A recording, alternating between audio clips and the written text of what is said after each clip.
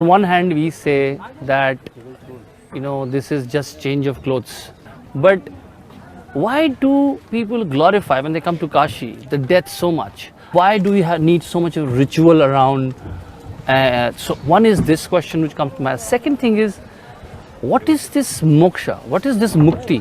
That why isn't it against life, rebirth, everything? Isn't it that we are glorifying death far too much, and ultimate death in Kashi, which is mukti, it means we are against life? We think that being reborn is a curse? These are the questions which I wanted to ask you. Did you enjoy your school? Yes, Your schooling, you enjoyed it? Yes. But were you very eager to go to college? So when you passed out of your Yes, I think so. 10th or 12th standard, Yeah. suppose we admitted you again to kindergarten because you enjoyed it so much, would you like it? Or would you like to go to college? I simply did not think that time. It's just that natural thing that you go into next. You go to the next stage, isn't it? So if you've seen enough of this life, you want to go to the next stage, you don't want to do the same thing again. What's wrong with that? Yeah, but what one says when one says about moksha, what I have heard, maybe it's a half-baked knowledge, but the fact is that you will not be reborn again. Yes. You will. So being why is such You an don't want effort? to go back to kindergarten again, what's wrong with that? No, but you're saying that you don't want to go there, go anywhere after that. No, that's not… You don't want to be born in any form. Yes. Yeah. You don't want to go back to school once again. So every form is a school, you're saying. It's one stage of life. But then why do we say that, being born as an ant and being born as a human being are two different things? Because of the possibility, not because we think we are superior. Nobody in this part of the world has ever told you that you are made in God's own image or anything like this. That is the reason why we have all kinds of gods and goddesses. In Kashi, they manufactured 33 million gods and goddesses. In the form of an elephant, in the form of a snake, in the form of a cow, in the form of a dog, every kind.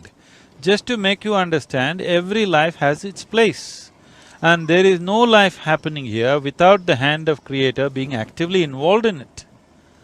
If you watch an ant closely enough, it's a magnificent piece of engineering and mechanics and creation. So, it cannot be happening without the hand of the Creator in it. That is the reason why in this culture, we told you, if you look at a tree, you bow down, you look at a rock, you bow down, you look at a cow, you bow down, you look at God, you do the same thing, you look at a man, woman or child, you do the same thing. Because you recognize the hand of the divine is in everything that is there. Every atom cannot function without the source of creation throbbing in it. For yourself, did you create this body from outside, did you borrow it from outside, or did it happen from within? You gave it food from outside, but making a banana into a human being happened from within, isn't it? Yeah. So there is an intelligence and a competence which is the very source of creation within this. So now, to acknowledge that, first thing. So that is the reason all kinds of gods, everything is divine in this country. Here the saying is, Shiva himself said, Kashi ka Kankar Shiv Shankar.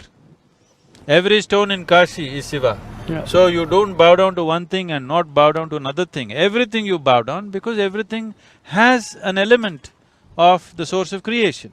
The possibility of human being is that you can realize that. Yeah, but the fact that Kashi is so significant, what is the significance of this city? These rituals are not glorification of death.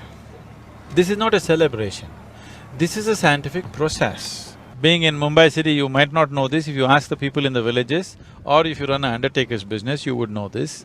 A dead body up to 11 to 12 days continues to grow its nails and hair and things like that. It's a fact of life. I've heard this, yes. So because when you happened in your mother's womb, you didn't happen like a flash. It happened slowly for a period of time. Similarly, when the prana leaves the body, it happens slowly. Someone may be practically dead. For all practical purposes, he may be dead. But still, the prana is not left his system. Still it is there. There are many ways to use this also. And above all, As long as the prana is there in the body, the person who's left the body is confused. See, from outside observers, we think he's dead. As far as he is concerned, he slipped out of the body. When I say slipping out of the body, let's set up a proper perspective for this. When you were born, your body was only this much. Now it became this much. How? You gathered it from outside, isn't it? This is just a piece of the planet. From the food that you ate, you gathered it. What you gather can be yours. You can claim it to be yours for now, but it cannot be you, isn't it? Can it be you? Then what am I?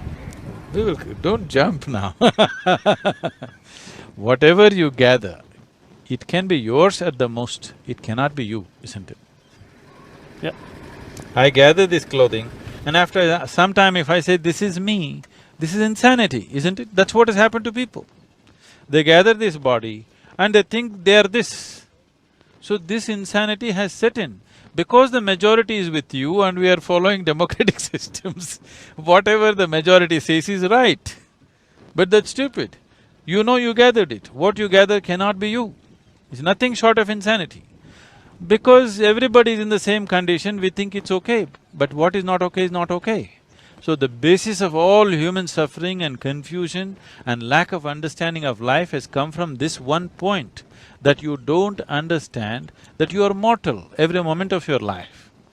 So the purpose of making a public display of cremations here is for you to know that you are mortal. And you realize you're mortal. When your time is up, you come to Kashi, preparing yourself to die. So, this mortality is the only thing which fires you to think of what's beyond. If you were immortal, you wouldn't think of anything, your life would have no meaning, isn't it? Only because it's going to end. And what is going to end is just what you gathered.